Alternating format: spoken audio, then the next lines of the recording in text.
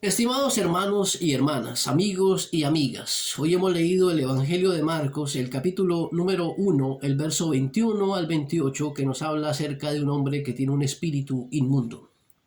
Este pasaje es muy importante y significativo porque tiene algunos aspectos que quizás son importantes para nosotros el día de hoy en tiempos como la pandemia. Lo primero que encontramos es que Jesús se dirige a un lugar concreto que es Capernaum y específicamente va a la sinagoga en un día específico que es el día de reposo. Eso significa que este acontecimiento se va a desarrollar en un contexto profundamente religioso, cargado de muchísimo sentido, muchísima significación y una profunda tradición.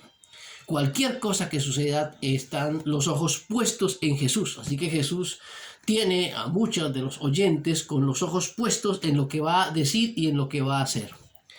Y lo que encontramos es que a Jesús, al entrar a la sinagoga, un hombre le sale a su encuentro. Y ese hombre sale a su encuentro y emite una serie de palabras y de discursos que buscan agredir y confrontar a Jesús. ¿A qué has venido? ¿Qué es lo que buscas? ¿Qué es lo que pretendes? ¿Nos quieres hacer daño? ¿Y por qué es importante eso? Porque en el contexto de la época, una actitud como la de esta persona se explicaba como alguien que está poseído por un espíritu inmundo. Y en ese sentido, más que hablar él, el que está hablando es ese espíritu inmundo que se ha adueñado de las personas. Hoy en día, posiblemente, la ciencia y otros tipos de conocimiento nos llevarían a decir que no existen espíritus inmundos. Y antes que entrar en una discusión sobre la ciencia, si existe o no existen espíritus inmundos que no vienen al caso y que no corresponden, lo que tenemos que tener en cuenta es lo que eso significa. Y es que el espíritu inmundo le quita la libertad de hablar a la persona. La persona no habla por sí misma, habla por otro. No son sus palabras, no son sus prácticas, no su manera de creer, sino que esa práctica, ese discurso, manera de creer, depende de otro y no depende de él mismo.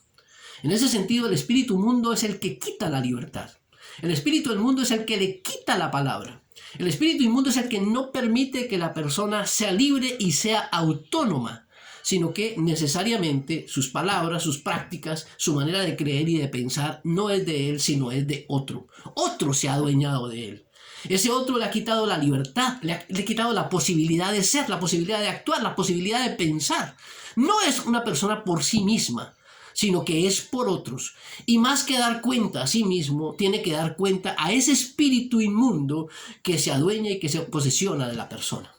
En ese sentido me parece eso muy importante, porque hoy en día cientos y cientos de personas se les ha quitado la palabra, se les ha coartado la libertad. Cientos y cientos de personas no pueden expresar, ni opinar, ni decir lo que ellos piensan, porque los estatutos religiosos, científicos, culturales, sencillamente, o políticos, no lo permiten. A nivel científico no es aceptado, a nivel político no es aceptado, a nivel cultural, a nivel económico, a nivel social, no es aceptado. Sencillamente son las palabras de la tradición, del conocimiento de cualquier tipo, las palabras que se están autorizadas para decirse. Y entonces se tiene que hablar con las palabras del otro, con el lenguaje del otro, con el discurso del otro. Pero la autonomía, la libertad, la capacidad que tiene cada uno de poder emitir sus palabras, lo que piensa, lo que cree, no es posible hacerlo. Y eso me parece muy importante, porque entonces aquí lo que vemos es que el espíritu inmundo lo que hace es coartar la libertad de las personas y adueñarse de las personas para que las personas actúen, piensen y se comporten conforme el espíritu inmundo establece que hay que hacerlo. Y eso es lo importante para tener en cuenta. Por eso la actitud de confrontación a Jesús. ¿A qué has venido? ¿Nos vienes a hacer daño? ¿Nos vas a quitar un poco el habernos adueñado de las personas? Por supuesto, para los que se han adueñado, para los que están en el poder o científico, o cultural, o religioso, o económico, pues obviamente no es conveniente la libertad de las personas. No es conveniente que las personas puedan ser libres y actuar como las personas posiblemente lo consideran y esperan que así sea.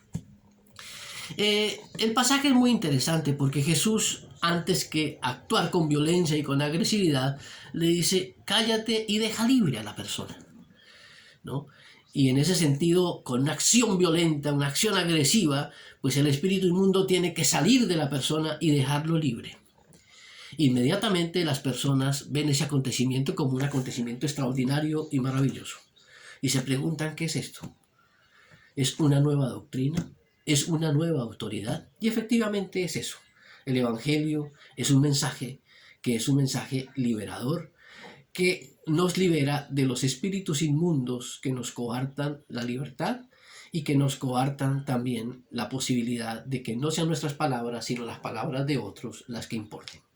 Hermanos y hermanas, que el Espíritu de Dios invada nuestras vidas y saque fuera de nosotros aquellos espíritus que no nos permiten ser libres y actuar conforme nosotros consideramos que nos dice la palabra. Dios les guarde y les bendiga.